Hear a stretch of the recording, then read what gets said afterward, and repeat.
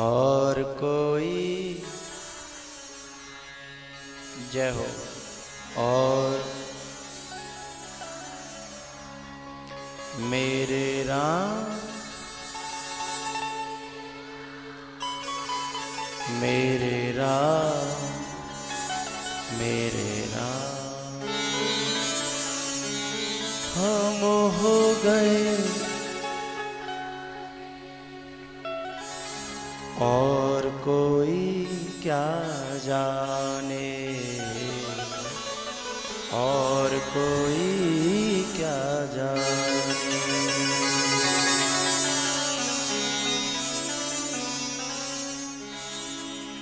तेरे बिन सब सुना सुना, तुझको हर महफिल में ढूंढा। यहाँ सभी लगे बेगाने, यहाँ सभी लगे बेगाने, और कोई क्या जाने, और कोई क्या जाने।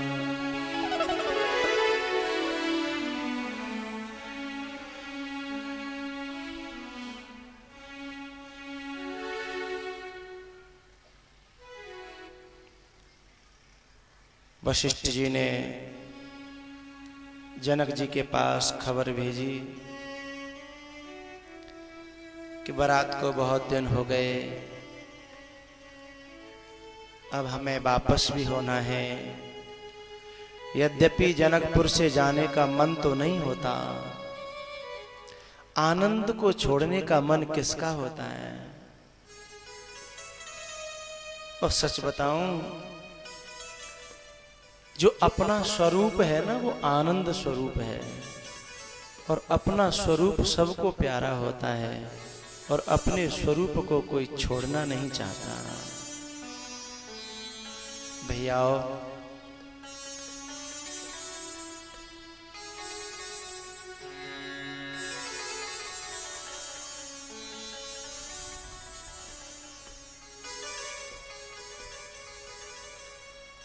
लिखन वालिए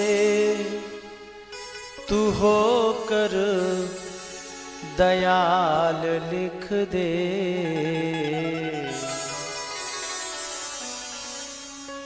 मेरे हृदय में मैनू दिल बिच प्यारे का प्यार लिख दे, मेरे हृदय में प्यारे का प्यार लिख दे।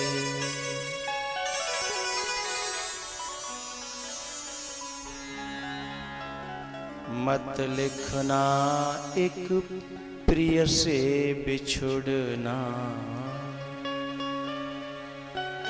चाहे तू सारा संसार लिख दे, चाहे तू सारा संसार लिख दे,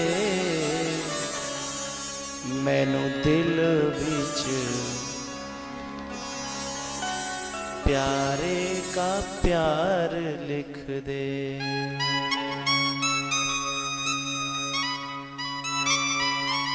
भैयाओ,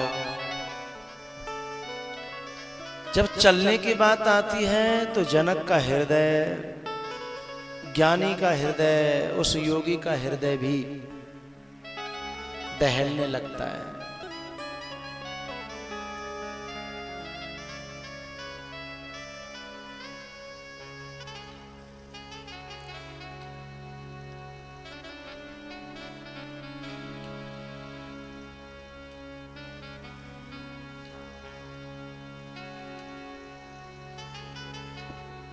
एक बात मैं आपसे कह दूं, प्रसंग के अनुसार,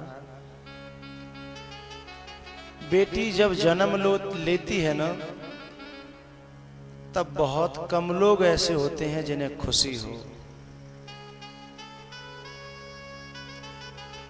हर व्यक्ति को बेटी अच्छी नहीं लगती और हर व्यक्ति उसे प्यार भी करना चाहता नहीं है, लेकिन प्यारे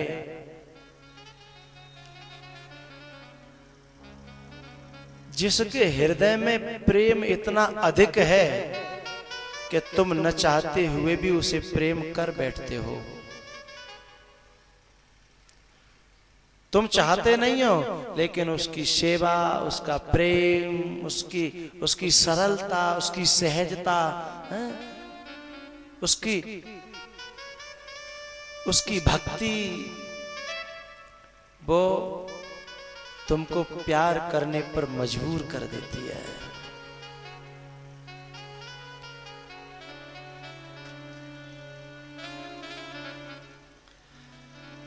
तुम चाहते नहीं हो, लेकिन न चाहते हुए भी रोक भी नहीं पाते हो अपने आप को।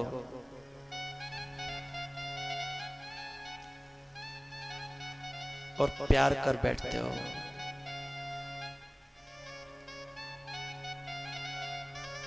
एक भ्रांति हम लोगों के दिल में बैठ गई है कि कैसे करेंगे, बेटी का ब्याह कहां से आएगा। मैंने संतों से सुना है और कुछ अनुभव भी थोड़ा बहुत किया, मैं आपके सामने रख दूं। बेटी 3 चीजें अपने साथ लेकर के आती है, खुशियां, शक्ति और लक्ष्मी। लेकिन जब जाती है तो साथ लेकर के भी जाती है।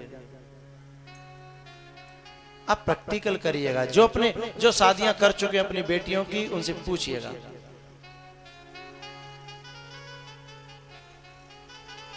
जब बेटी की शादी होती है ना, देखो आंगन कितना खिला खिला है, कितनी वहां रौनक रहती है, कितनी हंसियां खुशियां। लेकिन कब तक? जब तक डोली उठ नहीं जाती है, सिर्फ तब तक। जैसे ही बेटी विदा होती है,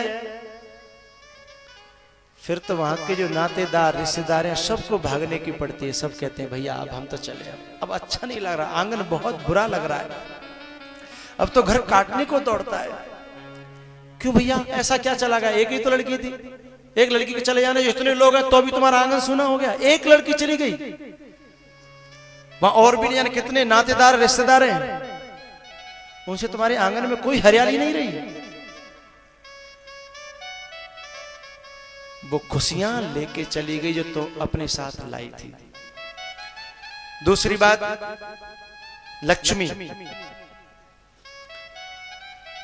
कहीं तुम्हें दूर दूर तक कोई किरण न दिखती हो, लेकिन तुम शादी तय करो, तैयारियां करिए, वक्त आने दो, तुम्हारी जेब खाली न रहेगी।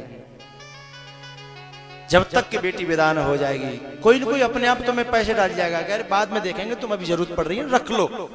जबरदस्ती डालेगा आदमी। लेकिन बेटी विदा हो जाए, फिर तुम्हारी जेब में कुछ नहीं बचेगा। फिर तुमसे कोई कुछ कहने आएगा तो तुम क्या कहोगे? भैया अभी बेटी का ब्याह किया है। तीसरी बात शक्ति, खुशियां, लक्ष्मी। तीसरी बात शक्ति। शक्ति इतनी होती है जब तक बेटी घर में बैठी है कि बाप को न पता ही नहीं कितना काम करता है साहब। पांव में छाले पड़ गए हैं, जूते चप्पल पता नहीं कहां पड़े हैं, कपड़े धुले नहीं है, नहाया तो जन है ही नहीं है, दिनों रात लगाए और नींद भी नहीं आ रही, खा भी नहीं रहा है, सो भी नहीं रहा है, और लगातार वो 1 महीने से काम कर रहा है। इतनी एनर्जी कहां से आई? लेकिन कब तक है? जब तक बेटी घर में बैठी है। और जैसी वो डोली विदा होती है ना, फिर वो एक कोने में जाके लेट जाता है और कहता है अब मुझसे कोई बोलना नहीं।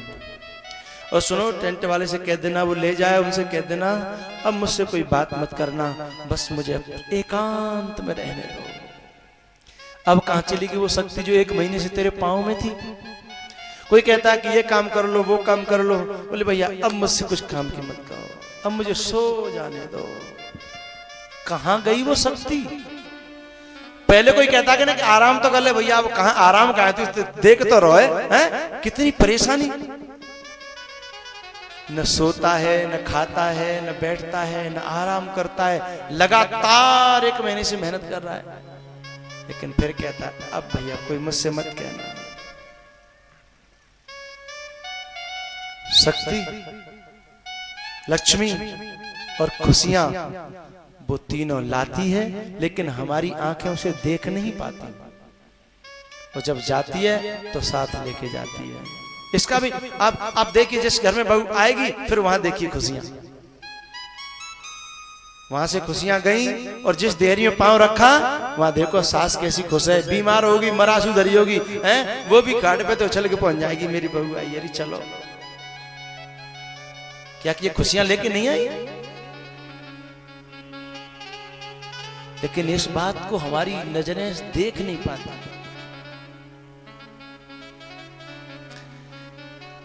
थोड़ा इनको समझिए, इस लक्ष्मी को समझिए, इस शक्ति को समझिए, इन खुशियों से भरी हुई इस दौलत के पिंड को समझिए।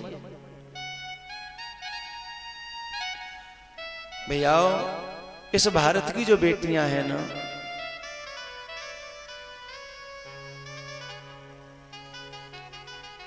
उन्हें चाहे तुम लक्ष्मी कहो चाहे शक्ति कहो, मैं क्या नाम दूं, लेकिन शक्ति संपन्न होते हुए भी इतनी उनके अंदर सरलता और विनम्रता है,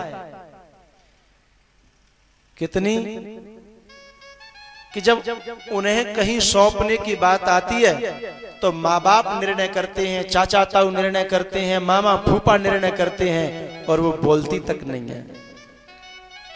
इतना समर्पण, इतना मौन, इतनी सरलता कहीं देखने को मिलती है तुम्हें? जहां अपनी जिंदगी का निर्णय हो रहा है और उससे कोई पूछे कि तुम्हारी राय, बोले पिताजी जाने, मैं क्या जानूं, मम्मी जाने, चाचा जाने, ताऊ जाने, मामा जाने, मैं क्या जानूं। जिंदगी का निर्णय तेरा हो रहा है, कितना विश्वास है उसे। यहां तक कि कभी शादी की चर्चा भी चले ना तो अलग और हट जाती है, लेकिन ऐसे समर्पित प्राणी के लिए, ऐसी समर्पित गैया के लिए, बछिया के लिए जो लोग लापरवाही कर देते हैं, मैं उन्हें बाप नहीं कह सकता। मुझे शर्म आती है उन्हें बाप कहने में, जो इतने समर्पित व्यक्ति के लिए, और जो व्यक्ति लापरवाही कर दें, चाहे जहां डाल दें। कुछ लोग तो सिर्फ धन देखते हैं, सिर्फ धन देखेंगे, लेकिन उस धन के अंदर छुपी हुई कितनी बुराइयां जो तुम्हारी बेटी को सहन नहीं है, वो बिल्कुल नहीं देखते। वो बाप नहीं है, वो उन बेटियों के दुश्मन है साहब। कभी कभी तो बाप देखने जाएगा, महाराज खेत भी है और मकान भी है और गाड़ी भी है, सब कुछ बहुत बढ़िया है, लेकिन लड़की जब सुनती है तो सिर्फ एक ही प्रश्न करना चाहती है, करती नहीं है। इन सब की वो चर्चा सुनती है तो उसे अच्छा नहीं लगता। वो तो सिर्फ ये देखना पूछना चाहती है कि लड़का कैसा है, और उसे तो ये लड़की वाले सबसे बाद में देखते हैं। ये सब मैं तो खुलेआम कहना चाहता हूं कि बेटियों के बाप नहीं है, जो बर नहीं देख रहे हैं, सिर्फ घर देख रहे हैं।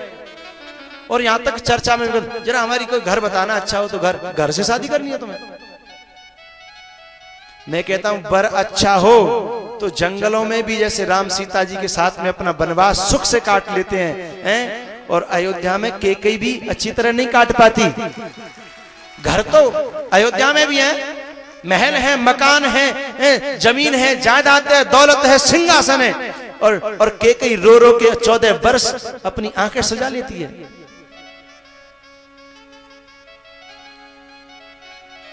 लेकिन बर ठीक है ना तो जंगलों में भी जहां राम तहाँ अवध निवासी, देवसत है जन्म जहां वहां दिन, वहां जहां सूर्य है, अवध वहां जहां राम है, ऐसे ही जहां अच्छा सद्गुण संपन्न वर है, स्वर्ग तो वहां है, बैकुंठ वहां है।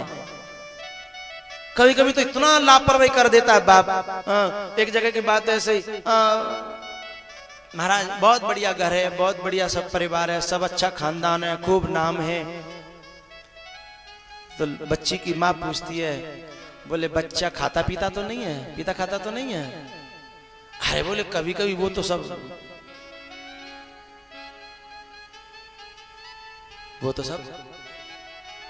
अब ये मुझे आप ही बता दीजिए, ये बाप है कि दुश्मन है उस बेटी का?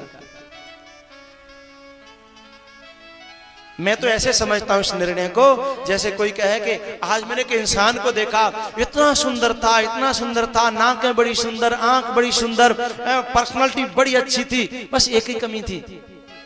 बोले क्या? उसमें सांसें नहीं थी, उसकी पल्स बंद थी, बाकी तो सब कुछ अच्छा है। बताओ तुम उसको क्या करोगे? ठटरी बनाओगे कि सिंहासन पे चढ़ाओगे? उसके लिए ठटरी बनाओगे कि सिंहासन पे? बस ऐसे ही निर्णय है लेते हैं वे बाप हैं। वो तो सब कुछ ठीक है, बहुत बढ़िया है, थोड़ा कभी कभी ऐसा तो चलता है, फिर सुधर जाएगा। हाँ सुधर जाएगा। एक बात बताओ, कोई जब कोई छोटा सा काम कर रहा है वो उसमें विकास करेगा कि उसे ठप करेगा? कोई भी नहीं चाहता अपनी बिजनेस को ठप करना। जो काम उसने शुरू किया है, अभी तो शुरू ही तो किया है, सुधर जाएगा। वो अपनी बिजनेस को ठप करेगा? अभी तो ओपनिंग हुई है, अभी तो चौके छक्के अट्ठे लगाने हैं। और बाप कहता है ऐसी कोई बात नहीं, सुधर जाएगा। मैं उन बापों को बाप नहीं, उन्हें बेटियों को दुश्मन कहता हूं। और वे बाप कभी सुख नहीं पाते जो अपनी बेटी को ऐसे नरक में ढकेल करके कहते हैं मैंने बेटी की शादी कर दी, मैंने हाथ पीले कर दिए, मैंने बड़ा खानदान देखा। तूने अपनी बेटी को जेल किया है, न कि तूने उसे अच्छा वर दिया है। जेल में और मकान में क्या अंतर होता है? मकान की दीवारें भी ईंट पत्थर से बनी है और जेल भी ईंट पत्थर से बनी है। उनमें भी किवाड़ हैं, उनमें भी किवाड़ हैं। अंतर इतना है, जेल में बाहर ताला होता है, कुंडी होती है, अंदर नहीं। हमारे घर में दोनों तरफ होता है। तो जो वहां जाएगी, जब ऐसा वर मिला तो हमेशा उसके बाहर से ताले होंगे, अंदर से कुछ होगा नहीं, तो जेल ही तो है।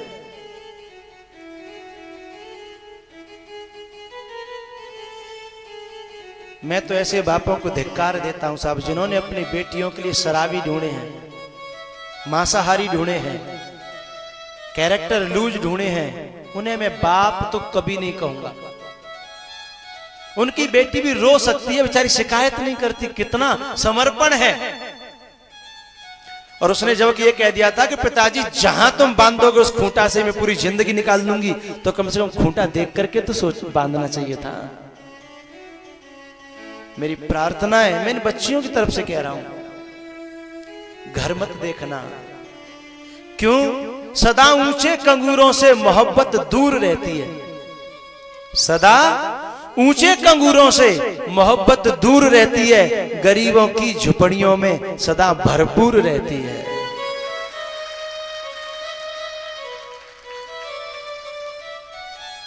दौलत बेशुमार हो, लेकिन जिस घर में प्रेम न हो।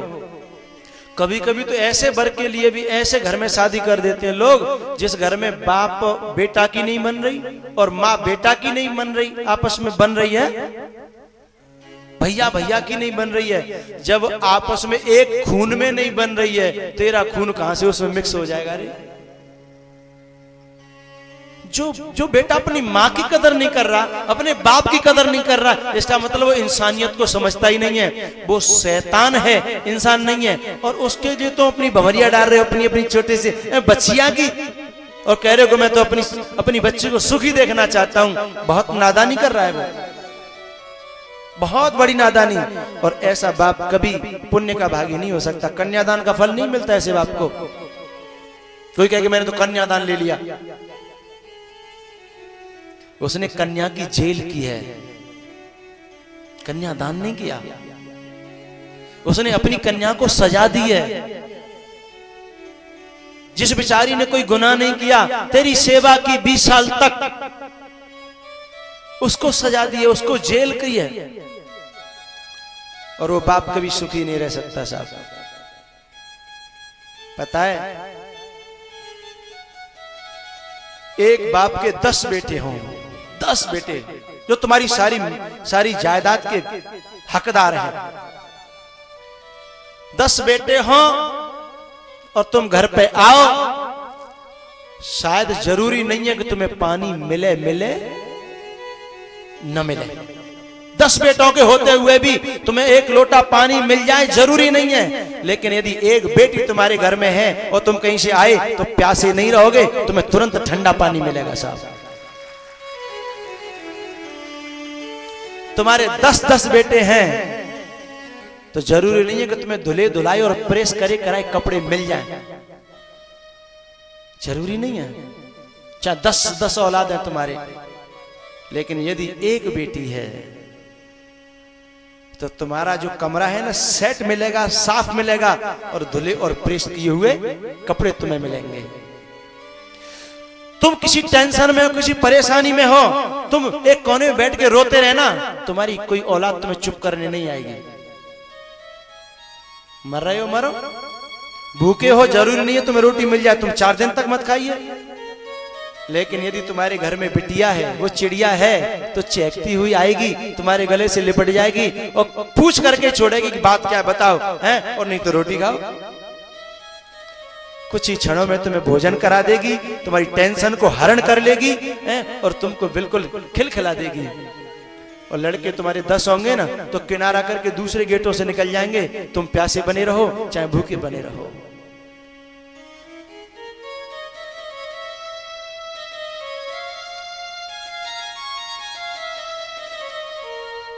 ऐसी समर्पिता, ऐसी सरल, ऐसी तुम्हारी ये बचिया, इसके बारे में बड़ा सोच समझ के निर्णय लिया करो। सोचते समझते तुम बहुत हो, लेकिन दृष्टि उल्टी कर लेते हो कभी कभी। जो देखना चाहिए उस पर निगाह नहीं जाती, और जिसी की जरूरत नहीं है बेटियों से तुम कभी भी पूछ लेना, वो कभी नहीं कही कि मुझे मकान दे दो, कि दुकान दे दो, हैं कि मुझे ये कर दो वो कर दो। बस यदि उसे दिल से पूछ लोगे तो वो भले ही न बताए, लेकिन मैं बता देता हूं, वो यही कहेगी कि गरीब झोंपड़ी में डाल देना, लेकिन घर ऐसा हो, वर ऐसा हो जिसमें इंसान को इंसान समझा जाता हो, जिसमें इंसान को पैर की जूती न समझा जाता हो, कम से कम जो हृदय को समझ ले, दिल को समझ ले, भावों को समझ ले, बस ऐसा वर चाहिए।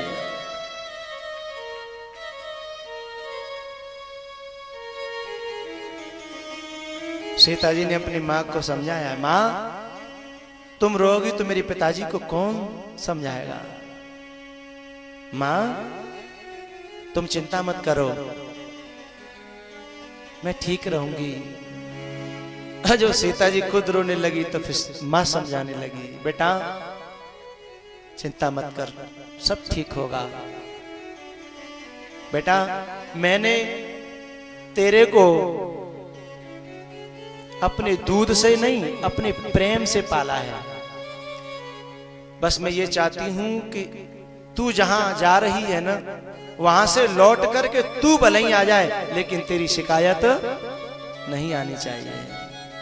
क्योंकि जब भी किसी बेटी में कोई शिकायत मिलती है तो बेटी का नाम बाद में सबसे पहले मां को रख लिया जाता है, कि जब ये ऐसी है तो इसकी मां कैसी होगी। बेटा मेरी शान, मेरी इज्जत, मेरा सम्मान तेरे ऊपर टिका है, अब जो तू जो चाहे सो करना। सासु ससुर गुरु सेवा करिहु, पति रुख लख आयसु अनुसरिहु।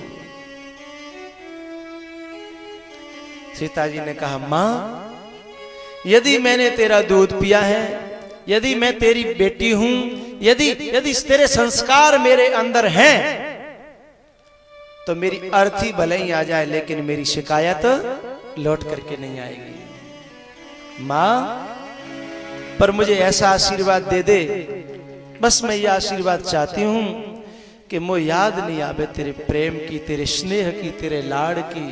तूने जो मेरे हृदय में भरा है, मैं उसे मैं उसे ज्यादा याद न करूं, क्योंकि जब मैं यहाँ की याद में रहूंगी तो वहाँ के सारे काम सुचारू रूप से नहीं कर पाऊंगी, सेवाएं सुचारू रूप से नहीं कर पाऊंगी। इसलिए मैं कर्तव्य के मार्ग पर खरी उतर जाऊं। इसलिए मुझे ऐसा आशीर्वाद दे कि मैं तेरी याद न करूं मां। मैं बिटिया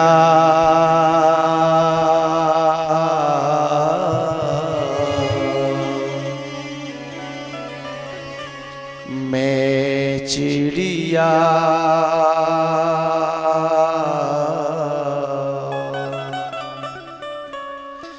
तेरे बागन की मैं चिड़िया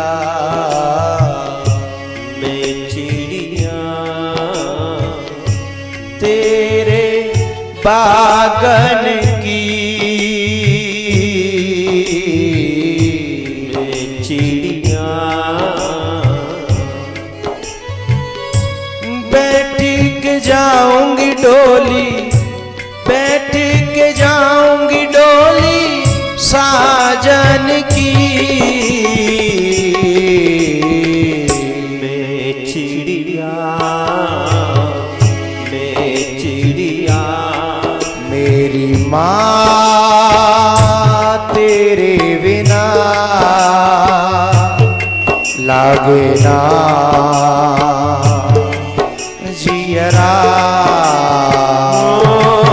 मेरी माँ तेरे बिना लागे ना जियरा। मेरी माँ तू क्यों रोती है, बेटी पराया धन होती है। मेरी माँ तू क्यों रोती है, बेटी पराया धन होती है। याद ना सताए मैया, याद ना सताए मैया, याद ना सताए तेरे लाडन की मैं गुड़िया तेरे आंगन की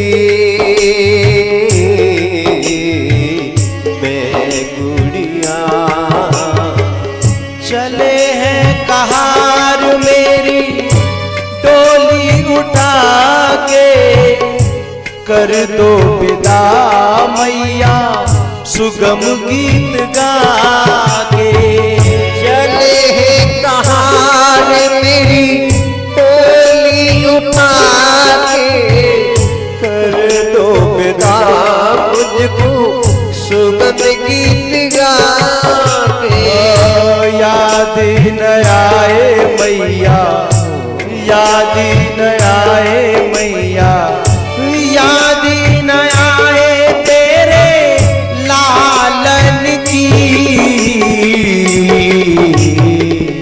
मैं चिड़िया तेरे वागन की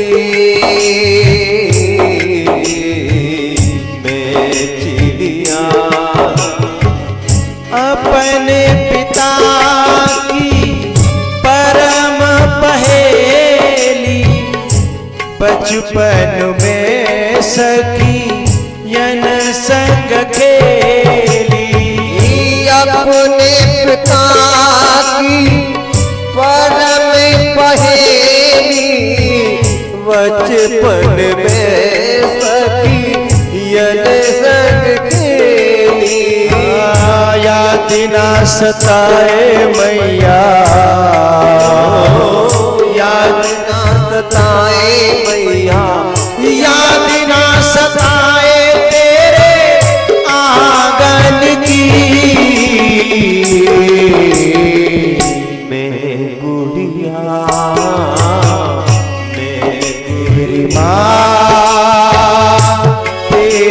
बिना लागे ना जियरा। ओ मेरी माँ तेरे बिना लागे ना जियरा। सीता जी ने रोकर के अपनी माँ को गले से लगाया, कहा माँ तू चिंता मत कर, मैं तेरे पूरे संस्कारों पर खरी उतरूंगी।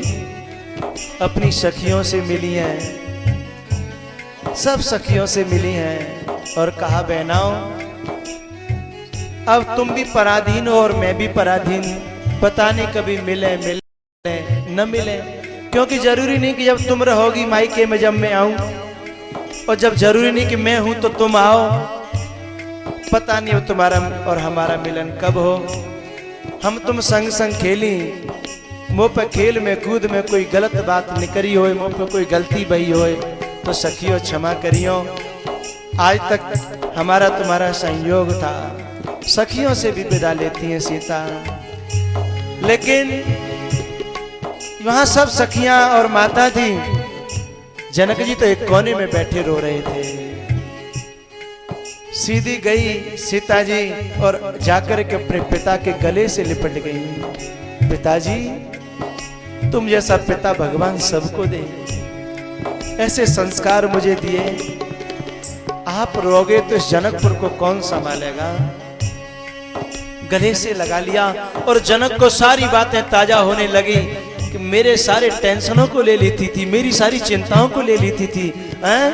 अब ये घर कैसा कैसा लगेगा इसके बिना। इस घर में बहुत सी बेटियां तो इतनी सुपात्र होती हैं कि पूरे घर का लेन देन सब कुछ अपने हाथों संभालती हैं, बाप को चिंता ही नहीं होती, और बेटी पर पूरा विश्वास होता है बाप को। अपने अपने बच्चों पर इतना विश्वास नहीं होता जितना बेटी पर विश्वास होता है। गले से लगा लिया अपनी बेटी को, डोली में तो बिठा दिया, लेकिन डोली के पीछे पीछे चले जा रहे हैं। लोगों ने रोका कि आप क्या कर रहे हो। मिट्टी महा मर्याद ज्ञान की, आज ज्ञानी और बेटी के लिए रो रहा है। भैया जनक जी ने पूरे संसार को उपदेश दिया कि भैया बेटी पराया धन है, इससे ज्यादा मन मत लगाना। मैं ऐसा प्रेम कर बैठा अपनी बेटी को कि आज मुझे रोना पड़ रहा है। और जैसे डोली आगे बढ़ी, जनक जी बैठ करके रोते हैं। झूठो थारो प्यार हो बिटिया, झूठो तारो प्यार, झूठो तारो प्यार हो बिटिया, झूठो तारो प्यार। छोड़ी अकेला जाती है मुझको, छोड़े अकेला जाती है मुझको, ये कैसा व्यवहार, झूठो तेरो प्यार। ओ मेरी आशा के नूर, ओ मेरी ममता के सूर, कौन मुझे अब भोजन देगा, कौन मुझे अब बिस्तर देगा। छोड़ अकेला, छोड़े अकेला, छोड़े अकेला जाती है मुझको, ये कैसा व्यवहार, झूठा तेरा प्यार, झूठा तेरा प्यार, झूठा तेरा प्यार।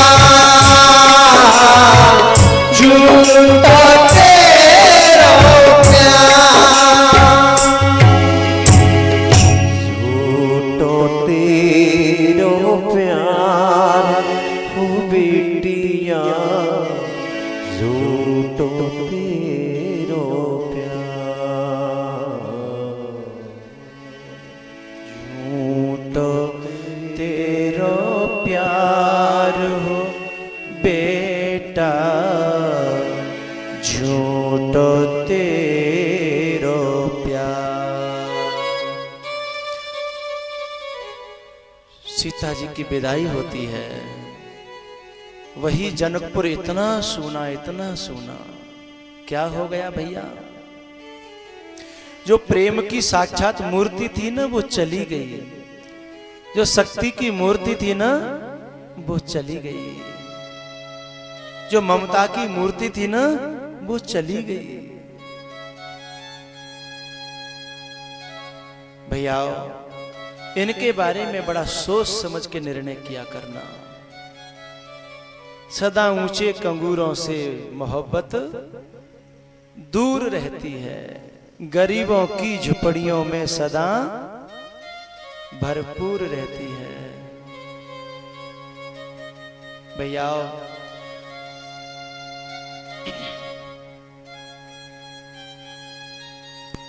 सीता जी अयोध्या में पहुंचती हैं और अयोध्या में खुशियां आई हैं। दशरथ जी ने तीनों रानियों को बुला करके कहा कि वधू लड़कीनी पर घर आई, राखियो नयन पलक की नाई। एक बात बताऊं, जब एक पौधा एक जगह से उखड़ करके जब दूसरी जगह लगता है तो उसे बहुत परवरिश की जरूरत होती है। एक पौध लगाते हो ना आप लोग, कोई भी पौध जब तुम वहां से उखाड़ करके दूसरी जगह लगाओगे तो मुरझा जाती है साहब। जिस जगह लगी थी उस जगह उतनी परवरिश की, उतनी सिंचाई की जरूरत नहीं है, लेकिन जहां जब दूसरी जगह लगती है तो वहां सिंचाई की ज्यादा जरूरत है। मैं थोड़ा उनसे प्रार्थना कर रहा हूं जो सास बन गई हैं और बनने वाली हैं। जहां से ये पौधा उखड़ करके आया है ना, जहां पहले लगा था वहां तो ये आंधियों को भी झेल लेता, तूफानों को भी झेल लेता है, यहां तक कि इसके ऊपर होकर के कोई बाहर निकल जाता तो भी दोबारा खड़े होने की क्षमता थी इसमें। ऐसा होता है कि नहीं होता है? लेकिन पौध जहां से दूसरी जगह जब जाती है तो पता है कभी कभी तो उसके किनारे पर एक छोटी सी लकड़ी गाड़नी पड़ती है खड़ी, उस पौधा को खड़ा रखने के लिए। मैं माताओं से इसलिए प्रार्थना कर रहा हूं क्योंकि पुरुष जो है ना वो ऐसी पौध नहीं है, वो पेड़ है। जहां उपजता है वहीं विकास करता है, लेकिन आप पौध हो और आप जानती हो, क्योंकि आप भी जब बहू बन करके आई थी उन परिस्थितियों को आप जानती हो। और मैं एक प्रार्थना करना चाहता हूं, बहू कोई सुख नहीं चाहती है, सुविधा नहीं चाहती है, आपसे कुछ मांगती नहीं है, बस वो ये चाहती है कि मेरी भावनाओं को ये घरवाले समझ लें। केवल ये चाहती है कि मुझे समझे कि आखिर मैं क्या हूं, मेरा स्वरूप क्या है।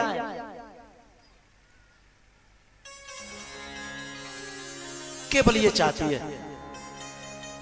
पूरे जीवन तुम्हारे यहां तुम्हारी सेवा करने के लिए तैयार है, केवल उसे समझ लो। झाड़ू लगाएगी, पोछा लगाएगी, कपड़े धोएगी, भोजन प्रसादी बनाएगी, हैं, तुम्हारे बच्चों की पूरी जिम्मेदारी संभालेगी, तुम्हारे बच्चों को पाल पोस के बड़ा करने के लिए इतना सस्ता मजदूर।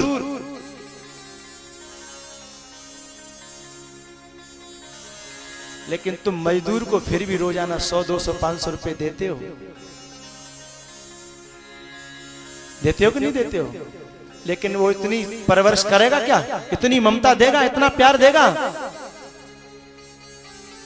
तुम उसे, वो तो रुपए भी नहीं मांगती, वो तो केवल एक ही बात कहती है,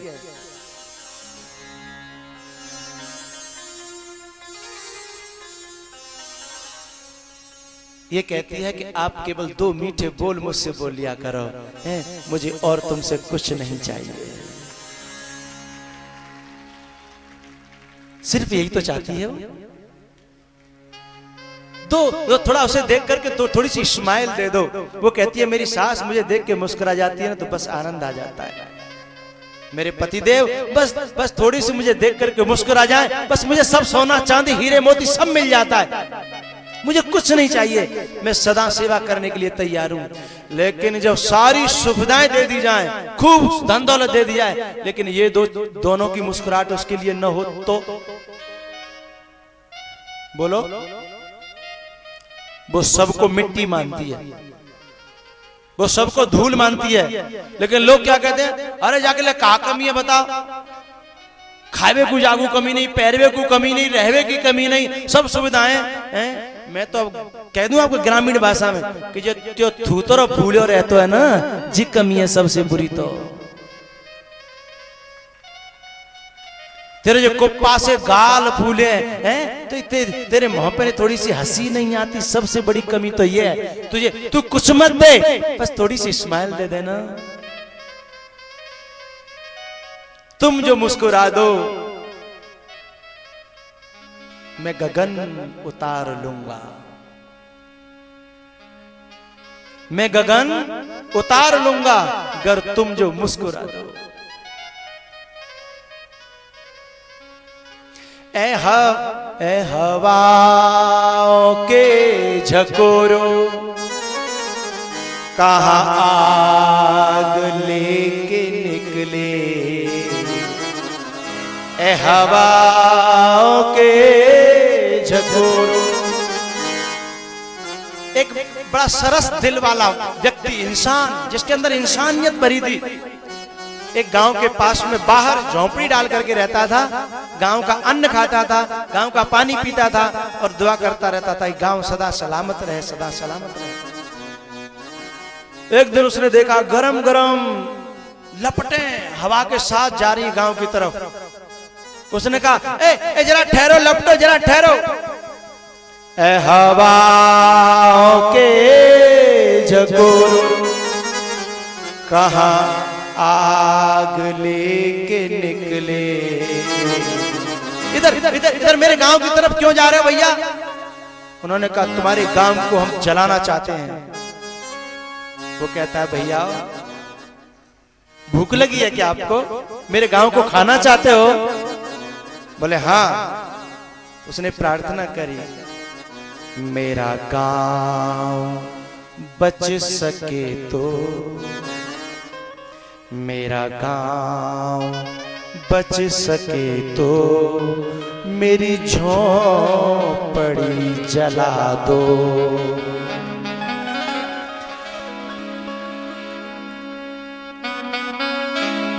मेरा गांव बच सके तो मेरी झोंपड़ी जला दो। चट्टान नफरतों की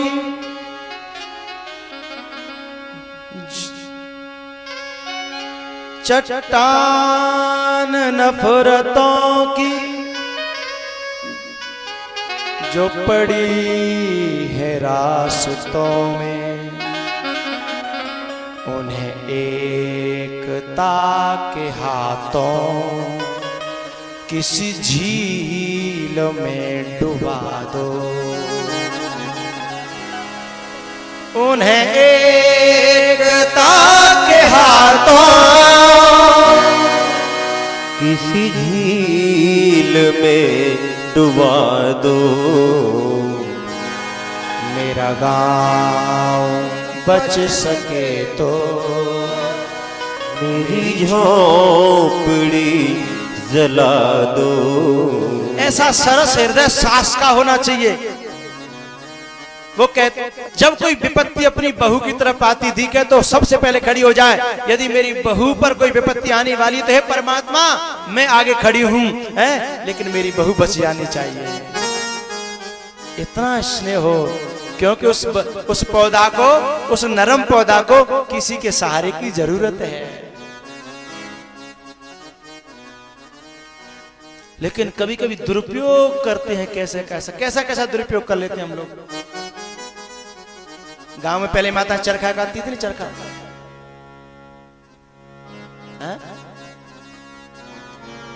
रुई में से चरखा के द्वारा सूत बनाया गया। ठीक है, माना रुई में से चरखा के द्वारा सूत बनाया जा सकता है, खींच खींच करके रुई के कान खींचे, रुई के कान खींचे, ठीक है, रुई में से सूत बना लिया।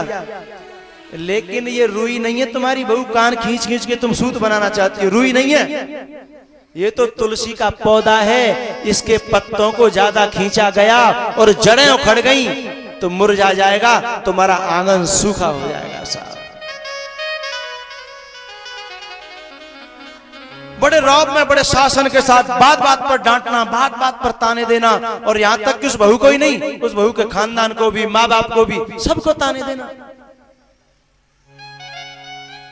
ये कान खींचना, ये कान खींचना। और कोई कहता है ऐसा क्यों करती हो तुम? अरे बोले हम, मैं नहीं समझाऊंगी तो कौन समझाएगा, हैं? मैं नहीं बताऊंगी तो कौन बताएगा? बताने का मतलब कान खींचना नहीं है। तुलसी के पौधे को तुम्हें बढ़ाना है, विस्तार करना है, तो उसकी जड़ों में प्यार का जल डालो, उन्हें सींचो, कान मत खींचो। उनकी जड़ों में, उसकी गहराई में, उसके मूल में जाकर के उसे समझो क्या मेरी बहू की प्रकृति क्या है। और यदि तुलसी के उस पौधा के कान खींच खींच के यदि तुमने जड़ें उखाड़ ली तो तुलसी का तो जो कुछ होगा सो होगा, बर्बाद घर किसका होगा?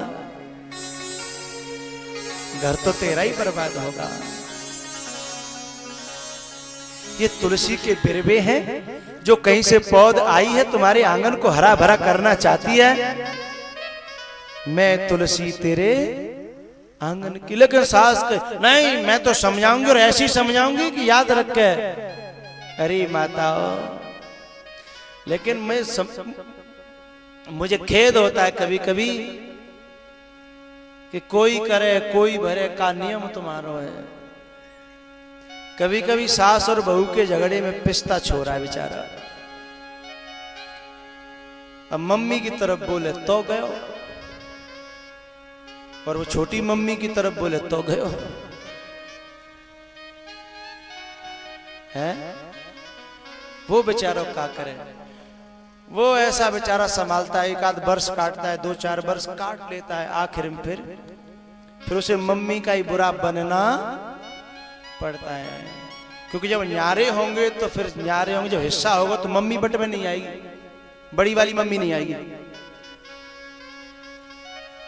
तो जीवन तो उसके साथ काटना है, इसलिए फिर एडजस्ट करेगा अकेले में जाकर के। वो कहेगी तुम बोले नहीं वहां क्यों नहीं बोले? फिर वो कहता भगवान तू यहाँ बुलवा ले, जो कुछ बुलवावे से मां। जेल तो इसकी है, आगे कुआ पीछे खाई और दोनों तरफ से आफत आई। इसलिए मैंने गाया था थोड़ी देर पहले, जितना ओढ़ना हो ओढ़ ले, जितना हंसना हो हंस ले। वो बहू जो फिर करती है ना बाद में, वो तो फिर गांव में कहावत है, चोरे मारे से चोर की अम्मा न मारे। चोरे मारे गांव में कहते हैं लोग। तो ऐसे ही वो सताई जाती है जब सास के द्वारा, तो फिर बदला आदमी से लेती है बेचारी। मां तो पार पड़ती नहीं उसकी, उसको फिर वो जो पिस रहा है ना, वो उसकी मां की वजह से है।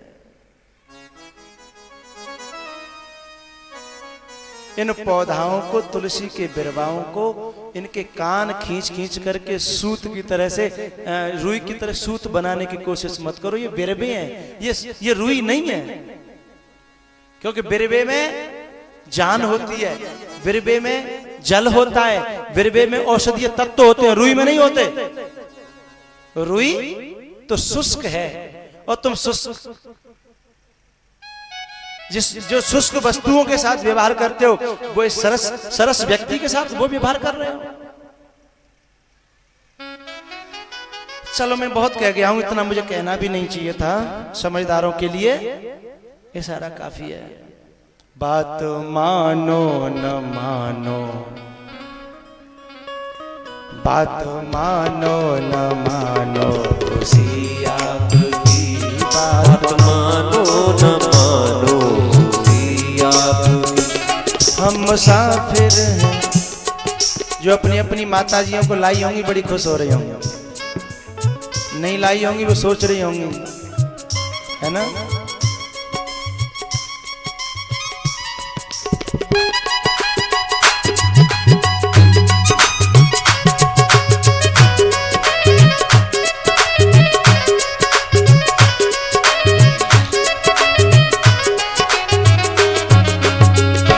बात मानो न मानो, खुशी आपकी, बात मानो न मानो, खुशी आपकी।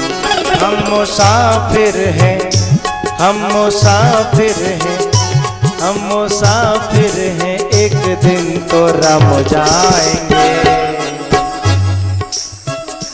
संत की बात पर जो भी चल जाए, संत की बात पर जो भी चल जाएंगे, वो अमर नाम, वो अमर नाम दुनिया में कर जाएंगे। बात मानो न मानो, खुशी आपकी, बात मानो न मानो, खुशी आपकी। ये न पूछो कि रम कर किधर जाएंगे, ये न पूछो कि रम कर किधर जाएंगे। वो जिधर भेज देगा उधर जाएंगे, वो जिधर भेज देगा उधर जाएंगे। बात मानो न मानो, खुशी आपकी। हम मुसाफिर हैं, एक दिन तो रम जाएंगे। मैंने बहुत सारी बातें कही हैं, लेकिन आपने उपाय तो पूछा नहीं, फिर करें का। ये सब तो चल ही रहा है घर घर में, लेकिन करें का। एक आपको क्या कहते हैं, पेटेंट दवा कहते हैं, पेटेंट दवा। एक पेटेंट दवा बता रहा हूं।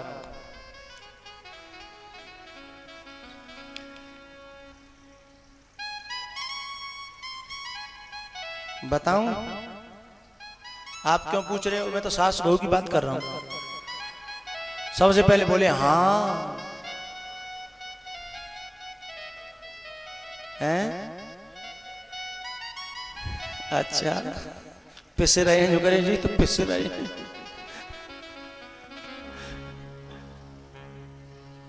बीच हम पिस रहे हैं।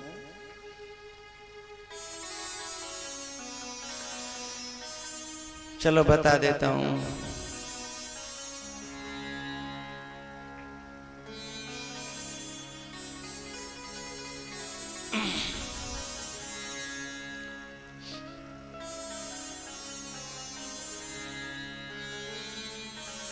पेटेंट दवा है जिसको रामबाण कहते हैं, अचूक कहते हैं। वैसे मेरे पास 3 दवाइयां हैं, मैं एक बता रहा हूं केवल आपको, ठीक है। ये भी असफल हो जाए तो फिर दोबारा कहीं पूछ लेना। वैसे तो होगी नहीं, लेकिन फिर भी 3 दवाइयां हैं, एक बता रहा हूं।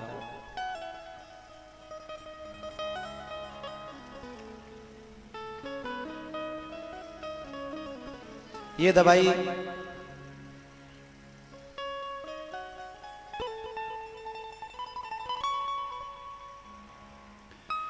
दवाई ओपन करने लायक नहीं है, वैसे सबके सामने कह दूं।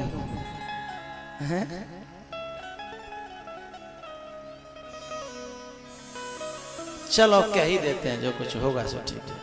हो सो राम किया।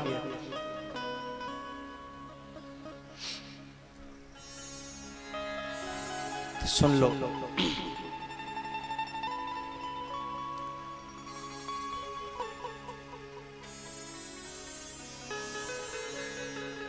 अधिक नजदीकी,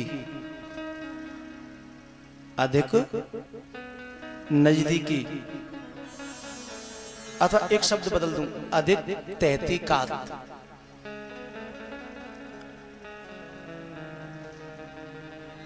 झगड़ों की, कलेश की जड़ है। अब खोल लूं थोड़ा सा, है ना, तब समझ में आएगी। यदि इन झगड़ों से और कलेशों से बचना चाहते हो तो दूसरे की गहराई में जाने से बच जाओ। समझ रहे हो ना? ये जो पांडाल टिका है ना, ये इन खम्भों पर टिका है, लेकिन इन खम्भों में एक उचित दूरी है और एक उचित नजदीकी है, तो पांडाल टिका है। यदि इन खम्भों में सब में ये दूरी खत्म कर दी जाए, सब इकट्ठे कर दिए जाए, तो पांडाल टिकेगा? नहीं टिकेगा ना, पांडाल गिर जाएगा। तो जब हम किसी की ज्यादा तहकीकात में जाते हैं, क्योंकि जब भी झगड़ा होता है तो एक शब्द निकल करके आता है कि बस रहने दो, मत कहलवा हमसे, हम सब जानते तुम्हारी। और झगड़ा हुआ ही तब से था जब से जानना शुरू हुआ था। एक दूसरे को जानते नहीं थे तो बड़ा प्यार करते थे। नई नई बहू आई तो बहू से बड़ा प्यार था, लेकिन जब बहू की तह में घुसती गई, क्योंकि जब शादी होती है तो शादी विवाह तो हम लोग नहीं जानते, लेकिन जाते नहीं है, कभी जाते हैं बाद में, महीना 2 महीना, तो पहली सूचना ये होती है भगवान ने बड़ी प्यारी बहू दी है। लेकिन जब 6 महीना बाद या साल बाद जाते हैं तो फिर हम कहते हैं, कहा माता जी बहू तो ठीक है ना? हाँ ठीक है यार। यदि 2 साल बाद गए तो पूछने की जरूरत नहीं, वो बैठी ऐसी मिलती है। हम पूछते नहीं, डर के मारे मेरे की पूरी पोथी खोलने लगेगी, ये मुझे पता है। हम पूछते ही नहीं है, हम तो प्रकरण प्रसंग चेंज कर देते हैं। वो शुरू भी करना चाहती है लेकिन हम चेंज कर देते हैं। जैसे जैसे नजदीकी में गए, जैसे जैसे नजदीकी बढ़ी, जैसे जैसे तहकीकात की, खटास पैदा होने लगी, क्योंकि इस चमड़ी के अंदर मलमूत्र ही तो भरा है। ऊपर से देखिए बस, यदि तुमने किसी की खाल को चीर करके देखा तो तुम घृणा कर जाओगे साहब। क्या मत है आप लोगों का? मत क्या बताइए? ऊपर से यदि आपको सदा प्यार रखना है, सदा तुम्हें स्नेह बना के रखना है, तो उचित दूरी रखिए। बहुत से लोग तो क्या है, अंदर अंदर इतनी खटपट हो रही है, खटास हो रही है, लेकिन साजे साजे साजे। मैं कहता हूं न्यारे कर दो तो प्यार हो जाएगा, है? और साजे रखेगा तो तू बर्बाद हो जाएगा। हो सकता है न्यारे होने के बाद दोनों में प्यार हो जाए, दूरी हो जाएगी। पहले था, पहले नियम बने थे कि सावन के महीने में बहू अपने मायके जाएगी ही, भेजते थे। उधर से भैया लेने आता था, सावन में बेटी अपने यहाँ जाएगी। क्यों?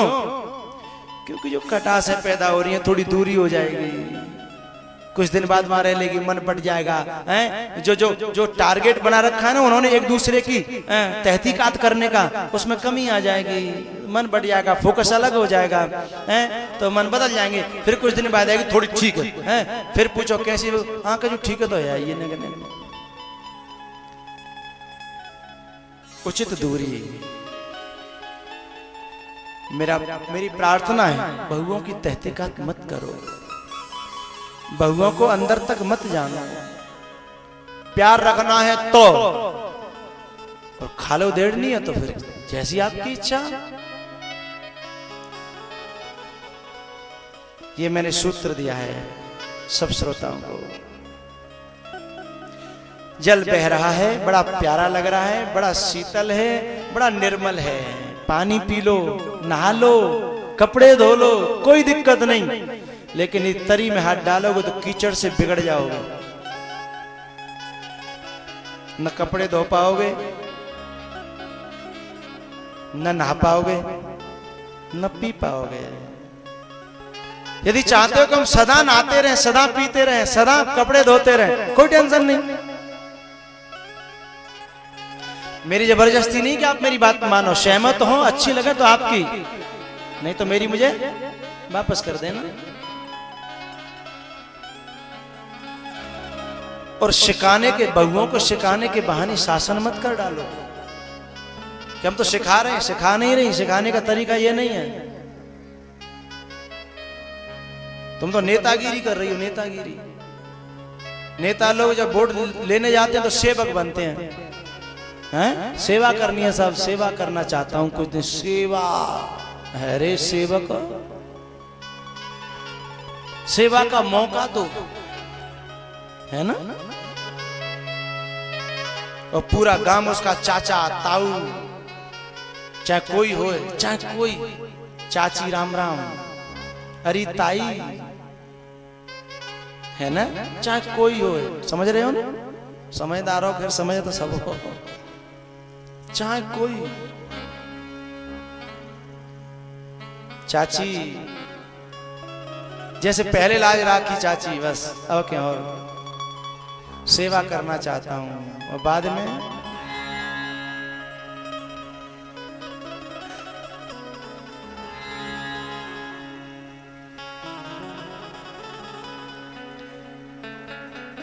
अच्छा, शासन में और सेवा में क्या अंतर है? कुछ लोग शासन करते हैं, कुछ लोग सेवा करते हैं। शुरुआत में सेवा की बात करते हैं, लेकिन बाद में शासन करते हैं। लेकिन सेवा कह करके गए थे, सेवा ही करें तो शासन, वो जो जो जो गद्दी है ना, जो उसे मिला है वो कभी छिनेगा नहीं। सेवा करने के कह करके या सेवक बन करके रहे हैं, जिनसे वो चाची कहता था, चाचा कहता था। फिर जब वे बाद में जीतने के बाद 1 महीने बाद आते हैं तो पहले वो पांव छूता था, फिर वो राम राम करता आकर के, राम राम प्रधान जी, राम राम प्रमुख जी, राम राम विधायक जी। फिर वो पूछता, आप कौन? भूल गया, इतनी जल्दी भूल गया।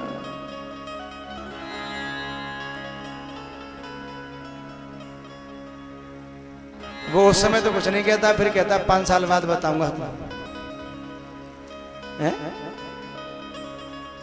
तो ऐसे ही जिस बात तो करते हैं सेवा की, लेकिन शासन करते हैं, ऐसे ही ये सास हो। मैं सब नहीं है, क्या यहाँ बैठी पे तो है ही नहीं। कह सेवा यानी सिखाने के बहाने शासन करती हैं, तो फिर बहू कोई रुई तो है नहीं, वो तो पौधा है? तो थोड़ी सी दूरी, थोड़ा सा गैप जरूरी है साहब।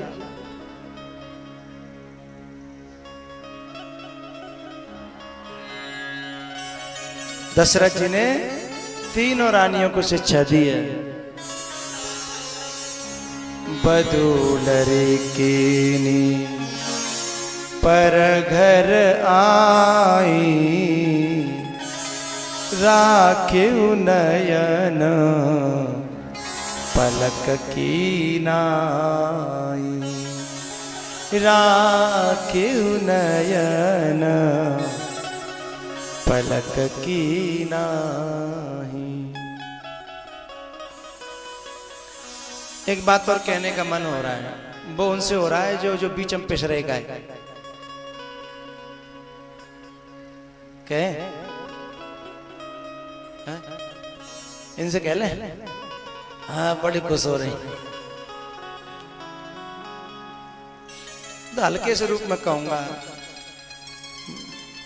हल्के से कह देता हूं, जब तुम्हारी पेशाई होए तो फिर क्या करोगे? वो दाना पिसने से बच जाता है जो कीली के सहारे रहता है चखिया में। जो कीली का सहारा पकड़ लेता है ना, समझे कि नहीं समझे सब लोग? कीली तो समझ रहे हो भाई, अर्थ तो बाद में बताऊंगा। कीली जो रहती है उसका सहारा जो पकड़ लेगा वो चकिया फिर चले वहीं से 160 की स्पीड से, लेकिन उसका बाल बांका नहीं होगा। और कीली से हटे और बा को चकना। हाँ, तो कीली है सत्संग, सत्संग से चुपके रहना, फिर भले ही चकिया चलती रहे, तुम बचे रहोगे, दुनिया को जो कुछ होगा सो बने रहेगा, तुम बचे रहोगे। एक थोड़ी सी प्रार्थना इतनी और है कि जब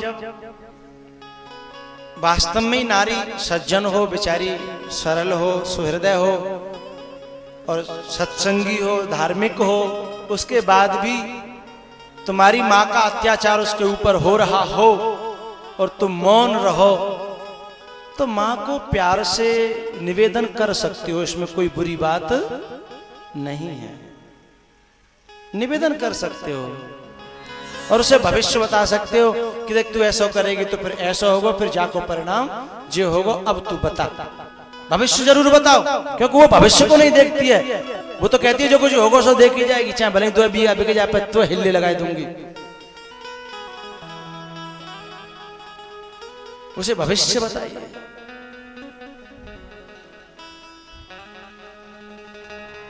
क्योंकि तुम्हें ऐसा सेवक मिला है जो तुम्हें लाखों खर्च करके नहीं मिलता है, ऐसा सेवक मिला है आजीवन के लिए, और तुम्हें और कोई सेवक रखोगे तो उसकी सेवा देनी पड़ेगी, जो तो सेवा लेके आई है उल्टी है, सेवा भी करेगी है और उल्टी लेके आई है, समझा करो।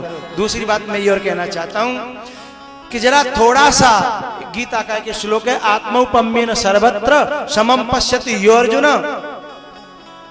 आत्मौपम्येन सर्वत्र, यानी जब कभी हम धर्म संकट में पड़े तो हमेशा ये सोच के निर्णय करें कि ऐसी परिस्थिति यदि मेरे ऊपर आ जाए तो मेरा दिल क्या चाहेगा, ऐसी परिस्थिति मेरे ऊपर आ जाए तो मेरा दिल क्या चाहेगा, ऐसा सोच करके निर्णय करें। अब मैं आपसे कहना चाहता हूं कि जिस बहू को आप इस प्रकार से व्यवहार कर रहे हो तो जरा उसको देखिए, उसने बलिदान कितना किया है तुम्हारे लिए, अपना माँ बाप छोड़े हैं, अपनी पियर छोड़ा है, अपनी सखियां छोड़ी हैं, अपना सारे घरबार छोड़ दिया, देश छोड़ दिया, गांव छोड़ दिया, और तुम्हारे यहाँ आकर के वो सारी सेवाएं कर रही है।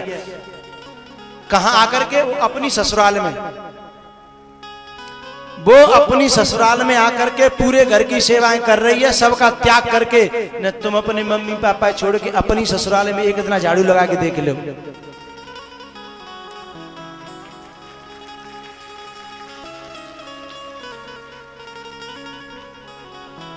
उसके बाद निर्णय करना भैया।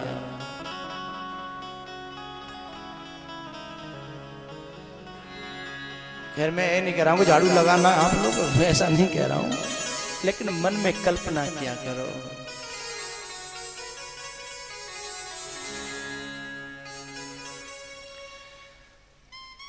लेकिन मैंने ये पहली प्रार्थना करी है, बहुत सरल होए,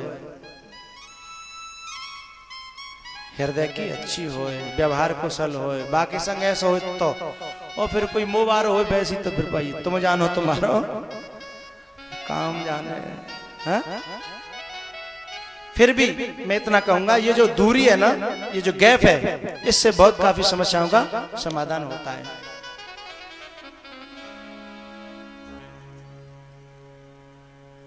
अयोध्या में बड़ा आनंद आ रहा है, बहुत कौशल्या सुमित्रा के कई बहुत आनंदित हैं, लेकिन किसी भी घर में जहां आनंद ज्यादा हो तो समझना कुछ गड़बड़ होने वाला है, जब उमस ज्यादा हो तो समझना बरसात होने वाली है। तो क्या करें फिर? आनंद का क्या करें? आनंद को पचाने की कोशिश करो, और उसके लिए डाइजेशन को बहुत अच्छा रखो, और डाइजेशन के लिए डॉक्टरों की सलाह से डाइजेशन को बढ़ाओ। और डॉक्टर क्या होता है, किसको कहते हैं डॉक्टर? सदगुरु वैद्य वचन विश्वास। ये आनंद, ये बड़ाई, ये सुख, ये संपत्ति, ये सबके बस की बात नहीं है पचाना। सबके बस की बात नहीं है। इसे कोई बिरला पचा पाता है साहब।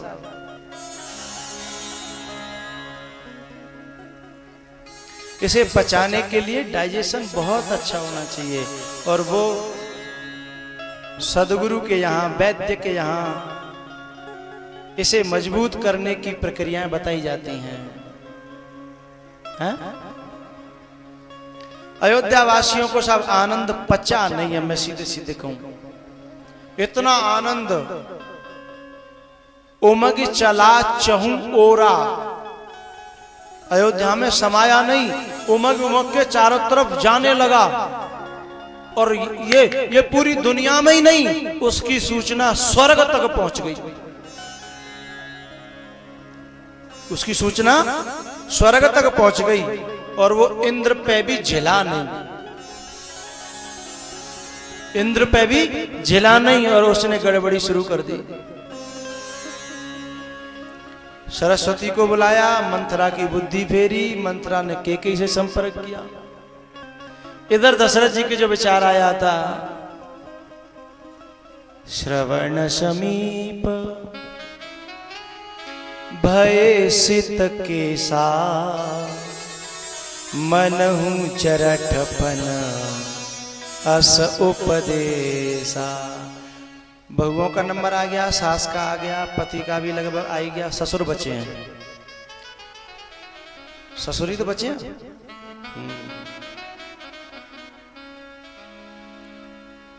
चौथे पन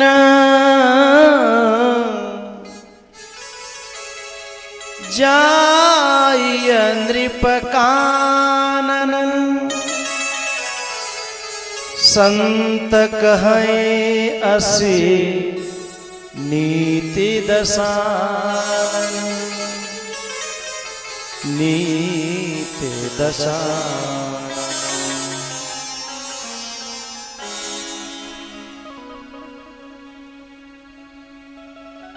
दशरथ जी ने स्वयं निर्णय किया कि अब मेरे बाल सफेद हो गए हैं, अब मुझे ये राज्य राम को सौंप करके मुझे अब साधना के लिए घर छोड़ करके चले जाना चाहिए।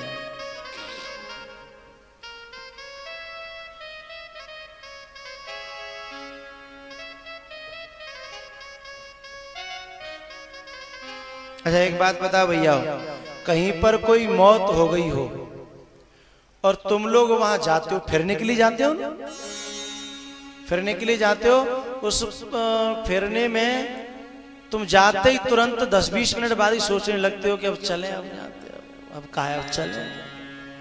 लेकिन शर्मी सौदा उसे कह नहीं पाते हैं कि भाई अब चले, जो क्या होता अभी आए चल दिए। उसी शर्मी सौदा में घंटा 2 घंटा बीत जाते हैं, लेकिन तुम्हारा मन वहां लगता है नहीं लगता। अच्छा, और बारात में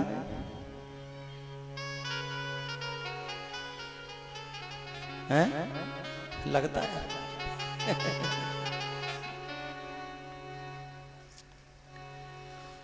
वहां से तुम खिसकना चाहते हो, क्योंकि वहां तुम्हारे संग वो हो रहा है जो तुम चाहते नहीं हो।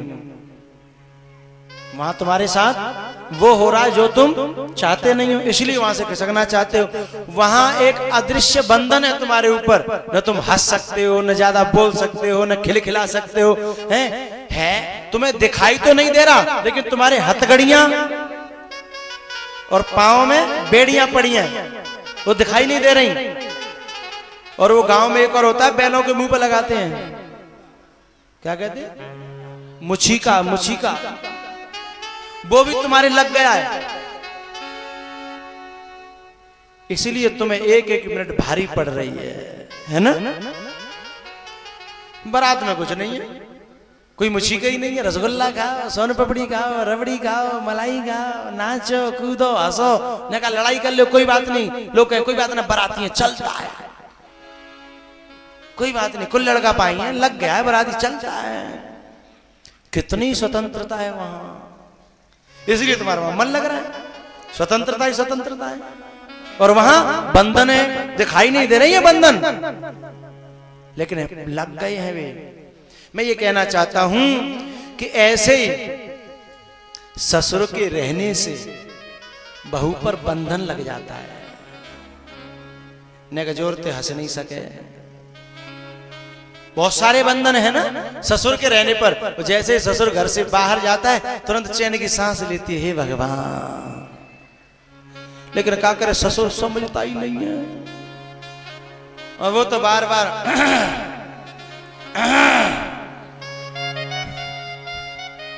बार बार बार बार वो बेचारी परेशान, दे घूंघट दे घूंघट।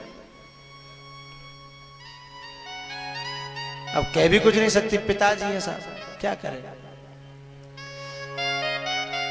जो मुर्दे के पास तुम्हारे ऊपर बंधन लगा था ना, ऐसे तुम्हारे रहने से उसके ऊपर बंधन लगा हुआ है।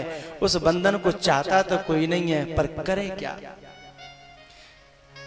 इसलिए कहा चौथे पन जाई नृप कानन। कछु दिन तुम दूर जाके तुम उन्हें शांति ले ले, और बेचारे उनको भी थोड़ी बहुत शांति लेने दो, थोड़ी स्वतंत्रता दो। बहू को भी और बेटे को भी चैन आता है। कई घर तो मैंने ऐसे देखे, यहीं भी बैठे दो चार तो ऐसे देखे, उनके बहू कहती है बेटा कहते हैं कि महाराज जिन ने कहूं,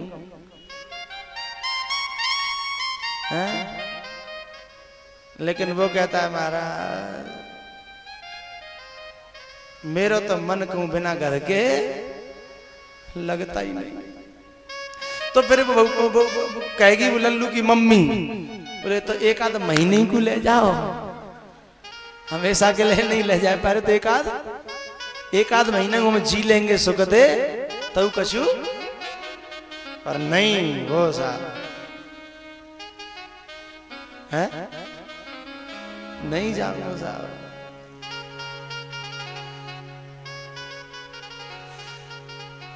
फिर कहते हैं कुछ दिन बाद फिर जब हाथ पांव नहीं चलते, थोड़ी सी अकड़ कम हो जाती है, फिर वे बदलो लेते हैं कि तुमने हम दबा के रखे अब ले।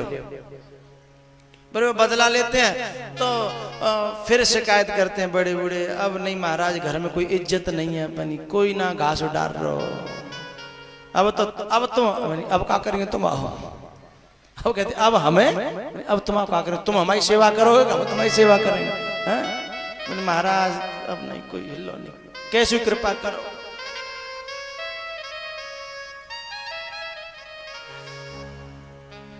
फिर कहते हैं इज्जत नहीं है। मैं फिर आपसे प्रार्थना करता हूं, अपनी जिंदगी का शुरू से ही 10% या 20% हिस्सा निकालते जाओ, और उससे कहीं दूर कुटिया बना लो, वृंदावन में, गोवर्धन में, हरिद्वार में, कहीं भी हैं। और जब आप पे दिखे कि इज्जत कम होने वाली है, उससे पहले साधना करो। और फिर जे नाक रगड़ते नहीं आवे तो मुझसे कहना, दर्शन करवे के लिए आएंगे कि चलो पिताजी के दर्शन करें। आज सवेरे में रोड पे घूम रहा था, 5:30 बजे करीब, दो व्यक्ति जा रहे थे। मैंने कहाँ जा रहे हो, बोले पिताजी के दर्शन करने जा रहे हैं। मैंने पिताजी कहा, बोले खेतों में गड़े हैं, छतरी बनी समाधि कहते हैं क्या कहते बनी, बोले मैं खेत में दर्शन करे में जा रहे, रोज आना जाते हैं सुबह सुबह, रोज आना। तो सीख लो, दर्शन करने चाहते हो कि घर वाले दर्शन करें तो दूर जाके गड़ो, और छाती पे दार दर रहे हो तो को दर्शन करे तुम्हारे। एक सज्जन अपनी पत्नी को लेकर के मंदिर गए, जाना तो नहीं चाहते थे, लेकिन पत्नी जिद पर गई, बोले तुम कभी नहीं जाते मुझे लेकर के, हैं मैं अकेली रोजाना मंदिर जाती हूँ, वहां जा, कभी तो चला करो। बोले चल, गए दोनों। वो तो अलग ड्राइवर बन करके आए थे, तो वो थोड़ी दर्शन करना था उनको, तो खड़े हो गए। उन्होंने देखा पत्नी जैसे मंदिर से सीढ़ी पर, पहली सीढ़ी पे ही अपने वो लेके वो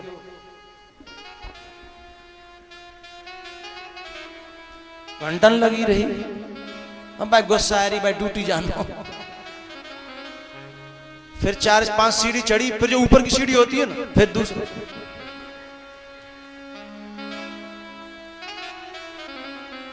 उसने सोचा कि ऐसी और 10वीं सीढ़ी मिलेगी तो मैं तो पूरा दिन गया। अंदर गई, दर्शन कर आई और सब घंटन लगा दे बान। फिर बाहर वो तो बेचारा गुस्सा के मारे वो फुके ही जा रहा। अरे भक्ति की भी कोई हद होती है? मन ही मन सोच रहा है। मंदिर के बगल में ही है ना वो एक स्टेचू बना था, एक वो हमारे वो है ना वो ईसा मसीह यीशु, उनकी मूर्ति लगी ऐसे, एक हाथ इधर एक हाथ इधर, और वो लटके। वो गई, उनको भी जाकर घंटों घंटों करते रहे। उसको गुस्सा आई, पति को जाकर के उसने कहा तू इन ईंटों के, पत्थरों के और इन सब के घंटों पांव छुरी, तूने कभी मेरे, मैं जिंदा बैठा हूं पति परमेश्वर, मैं जिंदा परमेश्वर हूं और इसके पांव छुरी तू इसके। तो वो कहती है तुम्हारी भी छू लूंगी, ऐसे लटक जा, ऐसे लटक तो।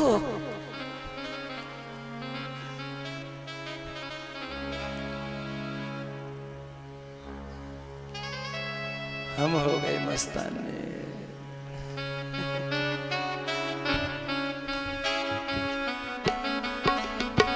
हम हो गए मस्ताने। हमसे भी लोग कहते हैं महाराज हमारे घर की बहू, छोरी, बेटा, नाती सब तुम्हारे आकर के पांव छूते हैं। मेरे साथ भी एक घटना घटित हुई थी।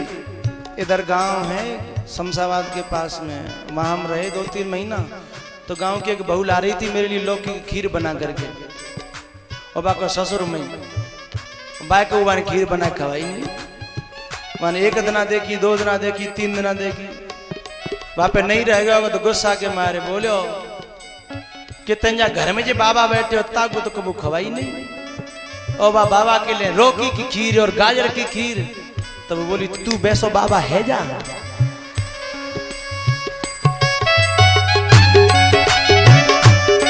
ए हरी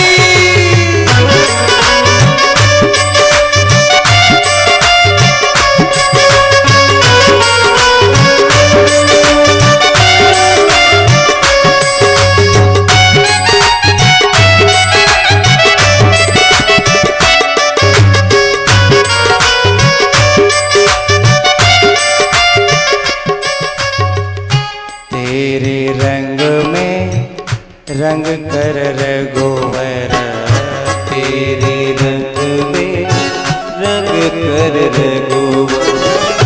हम हो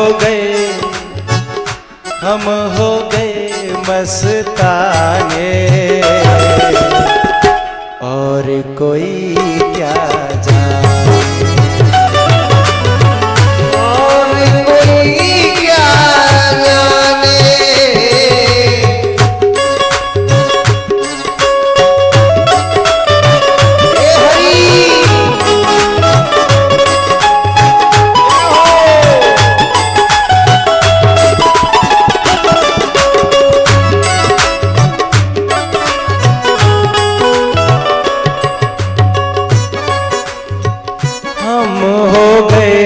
मस्ताने, हम हो गए मस्ताने।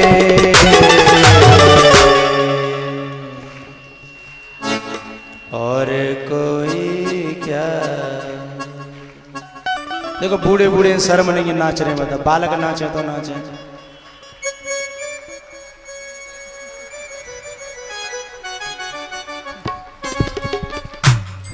चढ़ गई है जिन्हें चढ़े।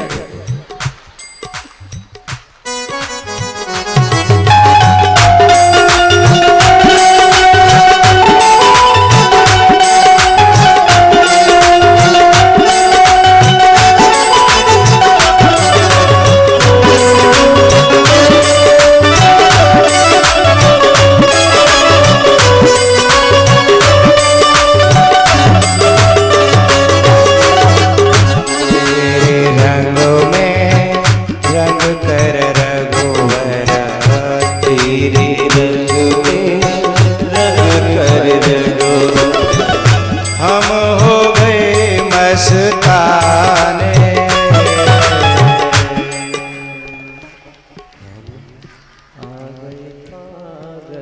और कोई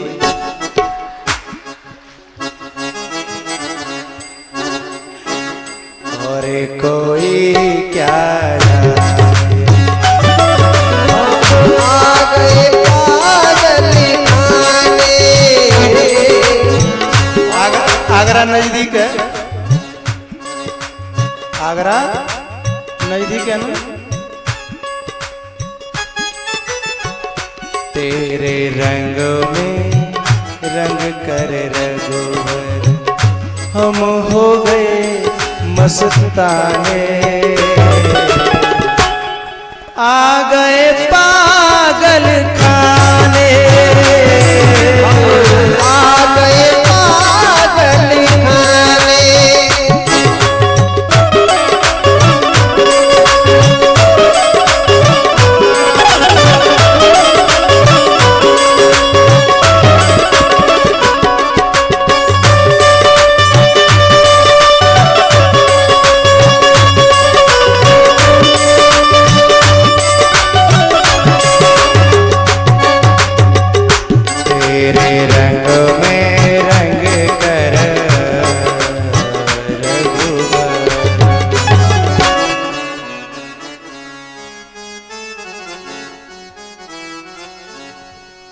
हम हो गए मस्ताने और कोई क्या जाने, और कोई क्या जाने।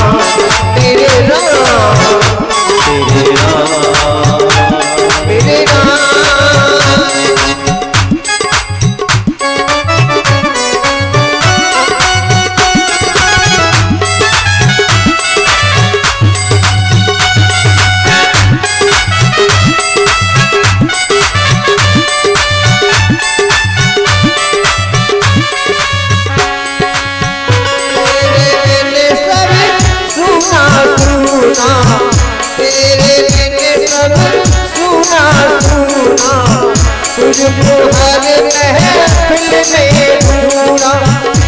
यहाँ सभी लगे बेगाने, यहाँ सभी लगे बेगाने।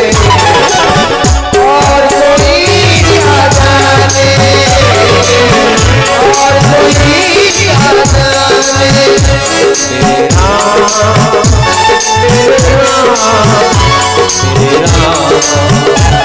तेरा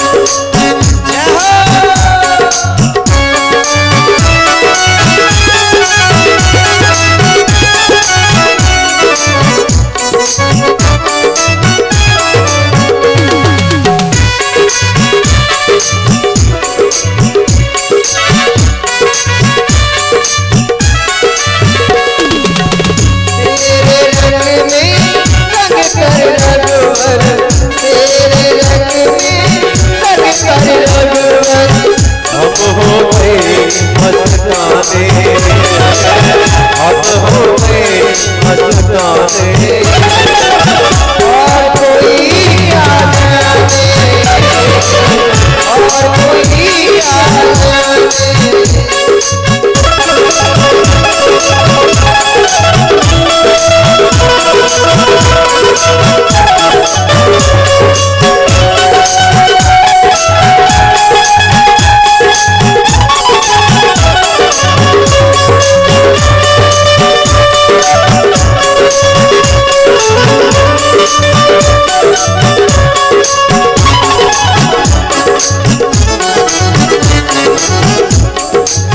जन्म जन्म की अपनी यारी, जन्म जन्म की अपनी यारी, क्या जाने ये दुनियादारी, क्या जाने ये दुनियादारी।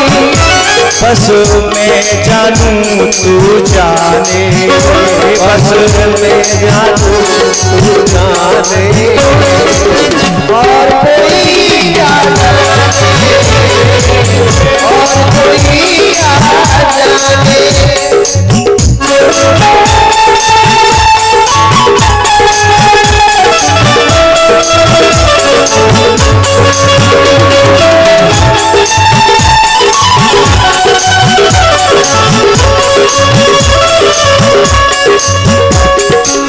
जब झंझट नहीं सुहाता, जोड़ लिया है तुमसे नाता, जब झंझट नहीं सुहाता, जोड़ लिया है तुमसे नाता। अब बात नहीं कराने, अब बात नहीं कराने, और कोई क्या जाने, और कोई याद और कोई याद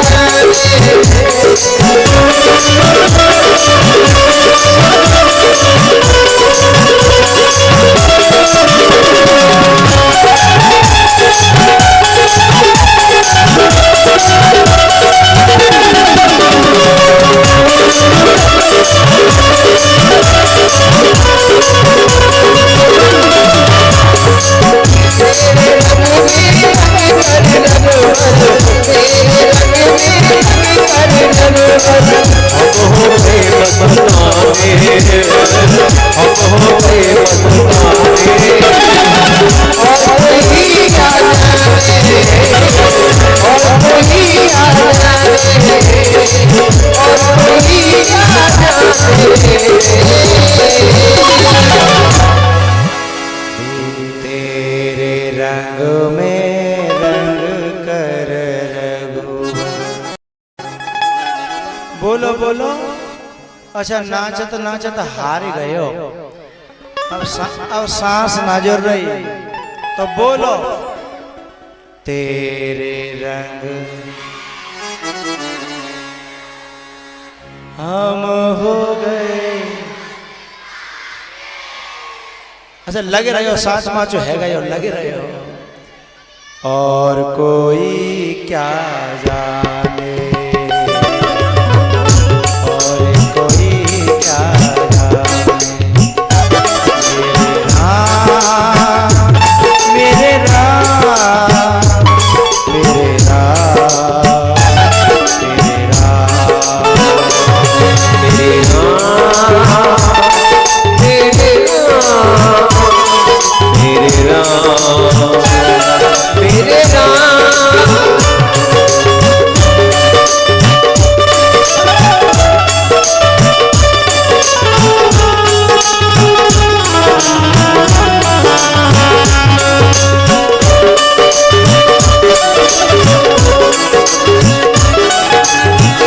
हम हो गए मस्ताने, हम हो गए मस्ताने। और कोई क्या जाने, और कोई क्या जाने,